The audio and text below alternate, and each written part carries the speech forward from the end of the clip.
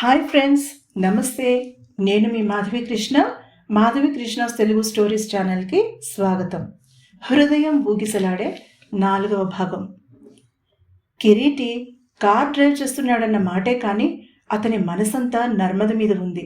నిమ్మి అని పిలవగానే చురుక్కుమనేలా తీక్షణంగా చూసే ఆ చూపులు అతన్ని ఆమె వైపుకు లాగుతున్నాయి.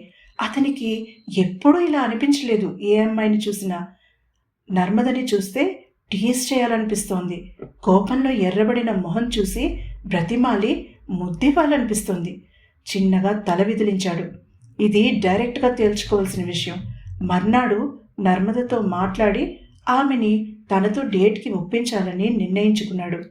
ఆమె కన్నా ముందే ఆఫీస్లో ఉండాలని ఒక డెసిషన్కి వచ్చాక అతనికి హాయిగా అనిపించింది. జీవితంలో మొదటిసారిగా అతను ఒక అమ్మాయికి ఇచ్చిన అపాయింట్మెంట్ని మర్చిపోయాడు. అదే అతని జీవితాన్ని మలుపు తిప్పుతుందని ఆ క్షణంలో అతనికి తెలీదు.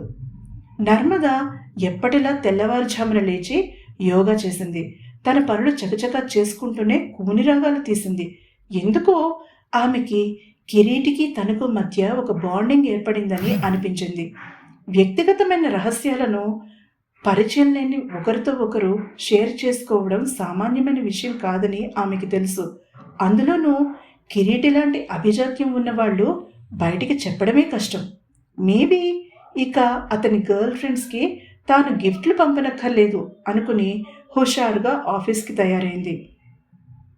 అక్క అంత హుషారుగా ఉండడం ఎప్పుడూ చూడలేదు కావేరి. ఏంటక్క విశేషం? నీ బాస్ తింగరి కొడుకు ఆఫీస్ వదిలేసి వెళ్ళిపోతున్నాడా? తమాషాగా కనుబొమ్మలు ఎగిరేసి అడిగింది అక్కని.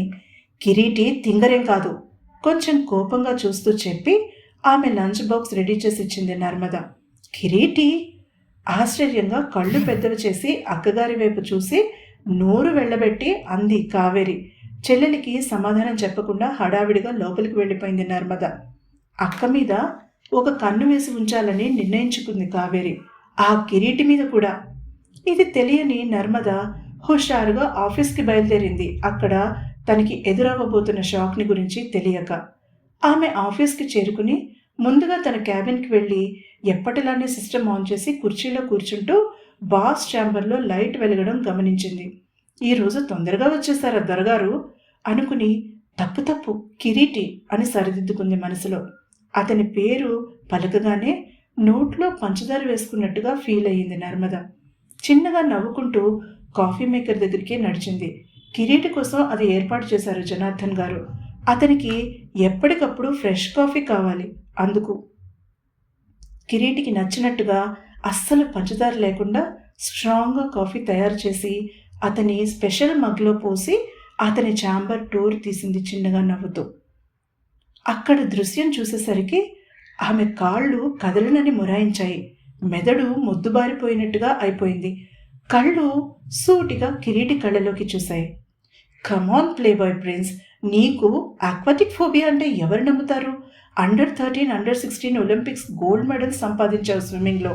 అలాగే బీచ్ దగ్గర patrolling duty చేసేవాడివి part టైంగా every weekend. నీ మాట నేను నమ్ముతానా? రాత్రి నాకు హ్యాండ్ ఇచ్చావు, ఇప్పుడు ఊరుకుంటానా అంటూ అతని ఒళ్ళో కూర్చుని మెడ చుట్టూ చేతులు వేసి అతని పెదవులను అందుకుంటోంది ఒక అమ్మాయి. అయినా కిరీటి తన చూపులను నర్మద మీద నుంచి తప్పించలేదు. అప్పటికి నర్మదకి సింక్ అయింది ఎదురుగా ఏం జరుగుతోందో. మొహంలోని భావాలను పైకి కనిపించనివ్వలేదు. గుండె బద్దలైపోతున్నా, కళ్ళు వర్షించడానికి సిద్ధంగా ఉన్నా వెనకడుగు వేయలేదు నర్మద. ముందుకే నడిచింది. ఆమె అడుగుల శబ్దానికి విసుగ్గా తలెత్తి చూసిన కిరీటి గర్ల్ ఫ్రెండ్ వైపు కనీసం చూడను కూడా చూడలేదు నర్మద. మీ కాఫీ సార్ అని చెప్పి మగ్ని టేబుల్ మీద పెట్టి నిలబడింది. ఒళ్ళు మండిపోయింది కిరీటికి. సార్ అనడంలో మర్యాద కన్నా వెటకారం ఎక్కువ వినిపించింది ఆమె కంఠంలో అతనికి. అయినా అంగుళం కూడా కదలలేదు అతను. సూటిగా ఆమె వైపే చూస్తున్నాడు. ఆమె చెయ్యి వణకడం కిరీటి దృష్టిని దాటిపోలేదు.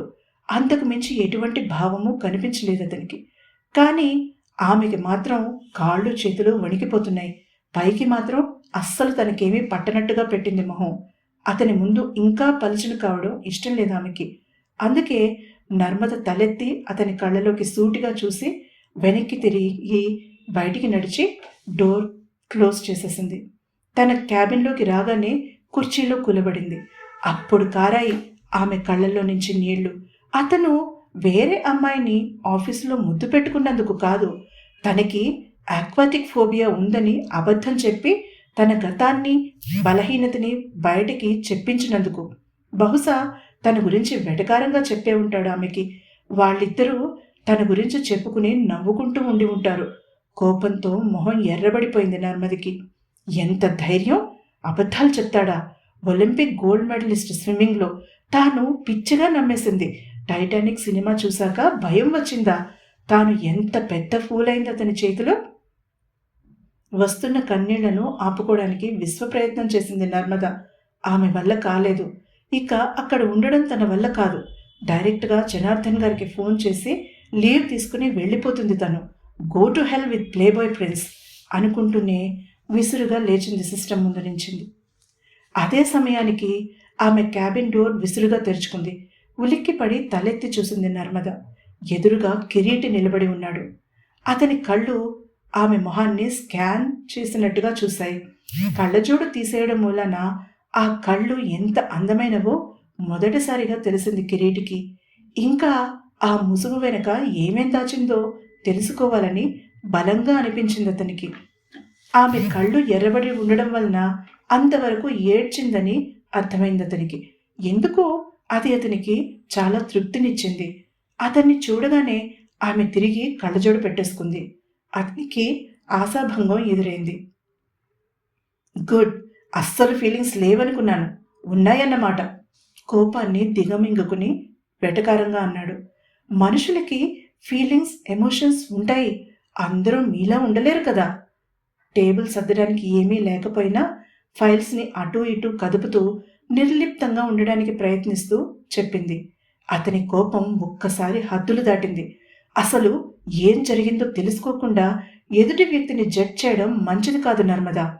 కోపాన్ని అదుపు చేసుకుంటూ సీరియస్గా అన్నాడు కిరీటి. కళ్ళతో స్వయంగా చూసిన తర్వాత ఏం జరిగిందో తెలుసుకోవాల్సిన అవసరమేముంది? ఈసారి సూటిగా అతని కళ్ళలకు చూస్తూ అడిగింది. కళ్ళతో చూసేవన్నీ నిజాలు కావు. ఎందుకంటే నువ్వు కళ్ళకి అద్దాలు పెట్టుకుని ఉన్నావు కనుక. ఎందుకంటే నువ్వు ఏది చూడాలనుకున్నావో అదే చూసావు గనుక. ఈసారి కోపాన్ని దాచుకునే ప్రయత్నం చెయ్యలేదు కిరీటి. అసలు అతనికి ఆమెని నమ్మించవలసిన అవసరం ఏంటో అర్థం కాలేదు. కానీ ఆమె తన తప్పు లేకుండా తనని దోషి కింద చూడడం అతని గుండెని పిండేసినట్టుగా ఉంది. ఎలాగైనా ఆమెను నమ్మించాలన్న పట్టుదల పెరిగింది. నర్మదా, రియా ఎందుకు ఆఫీస్కి వచ్చిందో నాకు తెలీదు. అసలు నేను తన కోసం ఆఫీస్కి రాలేదు, నీ కోసం. వాక్యం పూర్తి చేయకుండా ఆపేశాడు. తాను ఎంత ప్యాథటిక్గా ఉన్నాడో తనకే వినిపిస్తోంది. అతనిలో అహం బుసలు కొట్టింది. నువ్వు అనుకున్నట్టుగా జరగలేదు అక్కడ అని మాత్రం అన్నాడు. It's none of my business sir. మీరు నా బాస్. మిమ్మల్ని ప్రశ్నించే హక్కు నాకు లేదు. ఇది మీ ఆఫీస్. మీకు ఇష్టమైనది చేసుకోవచ్చు. మీ గర్ల్ ఫ్రెండ్స్ని తీసుకురావచ్చు. వాళ్ళని మీ ఛాంబర్కి తీసుకెళ్ళొచ్చు. అక్కడ వాళ్ళని మీ ఇష్టం వచ్చినట్టు. హఠాత్తుగా తాను లైన్ క్రాస్ చేసిందని అర్థమైనట్టుగా మాటలు ఆపేసింది నర్మద. పూర్తి చేయి. నాకు ఇష్టమైనట్టుగా ముద్దులు పెట్టొచ్చా లేక ఇంకేమైనా అంటూ ఆమె వైపు ఒక అడుగు వేశాడు. ఛీ! అసహ్యంగా మొహం చిట్లించింది నర్మద. ఆ క్షణం ఆమె తాను అతని దగ్గర పనిచేసే ఎంప్లాయీ అని మర్చిపోయింది. ఆమె తనని ఈడ్చి కొట్టినట్టుగా ఫీల్ అయ్యాడు అతను. కొన్నిసార్లు మాటల కన్నా అటువంటి హావభావాలు చర్నాకోల్లా తగులుతాయి. ఆ దెబ్బ శరీరం మీద పడదు, మనసు మీద పడుతుంది. అదే జరిగింది కిరీటి విషయంలో. ఆమె రిజెక్షన్ అతన్ని చాలా బాధ పెట్టింది. అతను 2 అడుగులు వెనక్కి వేశాడు. జీవితంలో ఎవరిని ప్రేమించుకు నువ్వు, నీకు ఆ అర్హత లేదు చెప్పి కనీసం ఆమె వైపు చూడను కూడా చూడకుండా వెళ్ళిపోయాడు కిరీటి. ఈ సంఘటన జరిగి 3 ఏళ్లయింది. కిరీటి ఆమె జీవితంలో నుంచి వెళ్ళిపోయి కూడా 3 ఏళ్లయింది. ఇక ప్రస్తుతంలోకి వస్తే, కావేరి, ఎంతసేపు అలా అద్దం ముందు నిలబడి తయారవుతూ కూర్చుంటావు? పార్టీకి టైం అవుతుంది, రా. నరేంద్ర వచ్చేస్తాడు. చిన్నగా అరుస్తూ చేతుకున్న వాచ్ చూసుకుంది నర్మద. కావేరి నవ్వుతూ బయటకొచ్చింది. ఎందుకే అక్క నీకంత టెన్షన్? అయిపోయింది నా తయారీ. నీ కాబోయే భర్త గారు టైంకి రావాలి కదా సాగదీస్తూ అక్కని ఆట పట్టించింది. నరేంద్రని తలుచుకోగానే కావేరి మొహంలో నవ్వు ఎగిరిపోయింది. ఆమెకి మొదటిసారి చూసినప్పుడే నరేంద్ర అస్సలు నచ్చలేదు. అది అక్కకి చెప్తే బాధపడుతుంది. అందుకే మౌనంగా ఉండిపోయింది. ఇంతలో కాలింగ్ బెల్ మోగింది. అక్కా చెల్లెళ్ళిద్దరూ హాల్లోకి నడిచారు. తలుపు తెరిచిన కావేరి ఎదురుగా నిలబడిన నరేంద్రని చూడగానే మొహం చిట్లించింది. అతను లోపలికి వస్తూనే కావేరిని ఏగాదిగా చూశాడు. నువ్వెక్కడికి అడిగాడు. పార్టీకి, మనతో పాటే అది కూడా వస్తుంది. ఇక తన మాటకి తిరుగులేదన్నట్టుగా చెప్పింది నర్మద. మొహం మార్చుకున్నాడు నరేంద్ర. తామిద్దరే ఉంటారేమో, ఎలాగైనా పార్టీ నుంచి తిరిగి వచ్చేటప్పుడు నర్మదని తన ఫ్లాట్కి తీసుకువెళ్లాలని ప్లాన్ చేశాడు అతను. అది కాస్త ఈ కావేరి వల్ల చెడింది. విసుగ్గా చూశాడు కావేరి వైపు. ఆమె నరేంద్రని పట్టించుకోకుండా స్టైల్గా బయటికి నడిచింది. తర్వాత ఏం జరగబోతోంది? నర్మద నరేంద్రని పెళ్లి చేసుకుంటుందా, లేక ఆమె నిర్ణయం తప్పని కిరీటి రుజువు చేస్తాడా? తప్పక వినండి తర్వాత ఎపిసోడ్లో. తిరిగి మళ్ళీ రేపు కొత్త ఎపిసోడ్తో కలుసుకుందాం. అంతవరకు సెలవు. బాయ్. మీ మాధవి కృష్ణ. మీకు కనుక ఈ ఎపిసోడ్ నచ్చినట్టయితే లైక్ కొట్టండి, సబ్స్క్రైబ్ చేసుకోండి. Thank you.